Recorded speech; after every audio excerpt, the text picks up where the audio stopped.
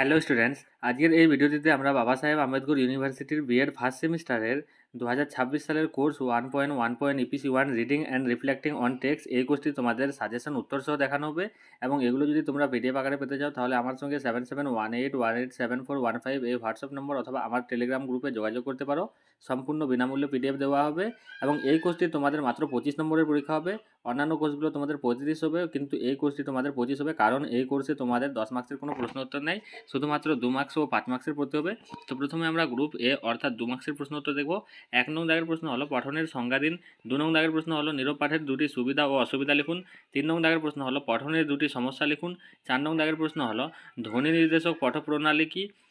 5 নং দাগের প্রশ্ন হলো বিস্তৃত পাঠ কি। 6 নং দাগের প্রশ্ন হলো দুরূহ পাঠ এর সংজ্ঞা দিন অথবা বিচারমূলক পাঠ কি। 7 নং দাগের প্রশ্ন হলো ইপিসি এর পুরো নাম কি। 8 নং দাগের প্রশ্ন হলো নিষ্ক্রিয় ও সক্রিয় শব্দভাণ্ডার বলতে কী বোঝায়। 9 নং দাগের প্রশ্ন হলো নিবিড় পাঠ ও ব্যাপক পাঠের মধ্যে দুটি পার্থক্য লিখুন। 10 নং দাগের প্রশ্ন হলো SCROL কৌশল বলতে কী বোঝায়। 11 নং দাগের প্রশ্ন হলো স্কিমিং বা অস্বচ্ছ ভাষাপাঠ কি।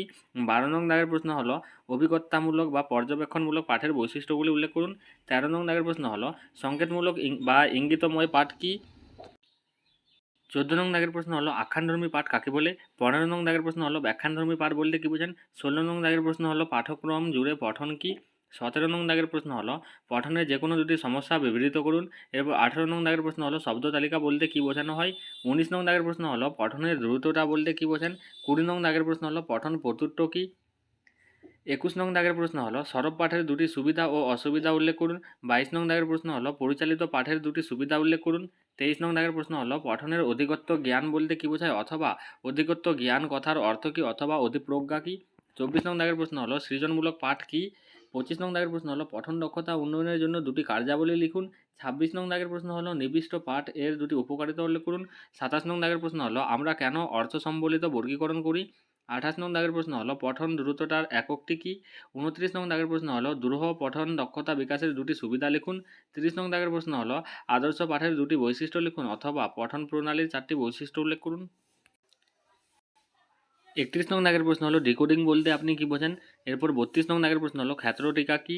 33 নং দাগের প্রশ্ন হলো দুর্বল পাঠক বলতে কী বোঝেন। এরপর গ্রুপ বি অর্থাৎ 5 মার্কসের প্রশ্ন উত্তর। 5 মার্কসে মোট তোমাদের 5টি প্রশ্ন থাকবে, তার মধ্যে যে কোনো 3টি করতে হবে। 1 নং দাগের প্রশ্ন হলো স্কিমিং বা অস্বচ্ছ পাঠ এবং স্ক্যানিং বা পুঙ্খানুপুঙ্খ পাঠ বলতে আপনি কী বোঝেন অথবা অস্বচ্ছ পাঠ বা পুঙ্খানুপুঙ্খ পাঠের মধ্যে পার্থক্য নিরূপণ করুন অথবা স্কিমিং বা স্ক্যানিংয়ের মধ্যে পার্থক্য নিরূপণ করুন। 2 নং দাগের প্রশ্ন হলো পঠন দক্ষতা বিকাশে প্রয়োজনীয় কার্যকলাপ বর্ণনা করুন। 3 নং দাগের প্রশ্ন হলো উদাহরণসহ 2 প্রকার পাঠ্যের নাম লিখুন। প্রতি প্রকারের পাঠ্যের বৈশিষ্ট্য উল্লেখ করুন। 4 নং দাগের প্রশ্ন হলো প্রাসঙ্গিক দৃষ্টান্ত সহযোগে ব্যাখ্যা করুন প্রত্যাশিত মানসিক চেতনা। 5 নং দাগের প্রশ্ন হলো পঠনের অবরোহ পদ্ধতিটি ব্যাখ্যা করুন, এই পদ্ধতির একটি উদাহরণ দিন। 6 নং দাগের প্রশ্ন হলো পাঠ্যক্রমে ব্যাখ্যামূলক পাঠের গুরুত্ব লিখুন। 7 নং দাগের প্রশ্ন হলো আক্ষরিক পঠন কি, আমরা কেন সশব্দে পড়ি, নীরব পঠনের সমস্যাগুলি উল্লেখ করুন। 8 নং দাগের প্রশ্ন হলো নীরব পাঠের বৈশিষ্ট্যগুলি উল্লেখ করুন। 9 নং দাগের প্রশ্ন হলো অধিজ্ঞানমূলক দক্ষতা বিকাশের জন্য যে কোনো দুটি কৌশল আলোচনা করুন যা বোধগম্যতা এবং উপাদান ধারণ ক্ষমতা বৃদ্ধি করতে পারে। 10 নং দাগের প্রশ্ন হলো উপযুক্ত উদাহরণ সহযোগে পঠনের বিভিন্ন পর্যায়গুলি আলোচনা করুন।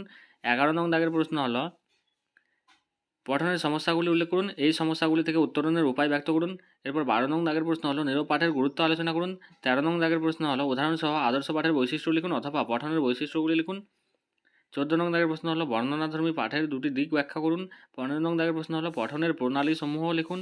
16 নং দাগের প্রশ্ন হলো পঠন উপলব্ধি ক্ষমতার বিকাশ বিষয়ে সংক্ষিপ্ত টিকা লিখুন। 17 নং দাগের প্রশ্ন হলো পঠন উপলব্ধি ক্ষমতা বিকাশের জন্য দুটি কৌশল আলোচনা করুন অথবা পঠন উপলব্ধি ক্ষমতা বিকাশ সাধনে কোন কোন কৌশল কার্যকরী অথবা পঠনের উপযোগী শব্দভাণ্ডার বিকাশের দুটি কৌশল সংক্ষেপে আলোচনা করুন। এরপর 18 নং দাগের প্রশ্ন হলো পঠনের স্তরগুলি কী কী, যে কোনো একটি পঠন স্তর সম্বন্ধে আলোচনা করুন। 19 নং দাগের প্রশ্ন হলো পঠনের অধিজ্ঞান সংক্রান্ত কয়েকটি দক্ষতার উল্লেখ করুন। এরপর 20 নং দাগের প্রশ্ন হলো ধারণাগত পঠন উদাহরণ সহযোগে ব্যাখ্যা করুন। 21 নং দাগের প্রশ্ন হলো পাঠ্যক্রম জুড়ে পঠনের গুরুত্ব আলোচনা করুন। 22 নং দাগের প্রশ্ন হলো পঠন বলতে কী বোঝেন, এটি পাঠকের সমৃদ্ধিকে কীভাবে প্রভাবিত করে। এই ছিল তোমাদের ইপিসি 1 কোর্সটির সাজেশন। যদি ভিডিওটি ভালো লেগে থাকে তাহলে অবশ্যই লাইক ও সাবস্ক্রাইব ও শেয়ার করবে বন্ধুদের সাথে।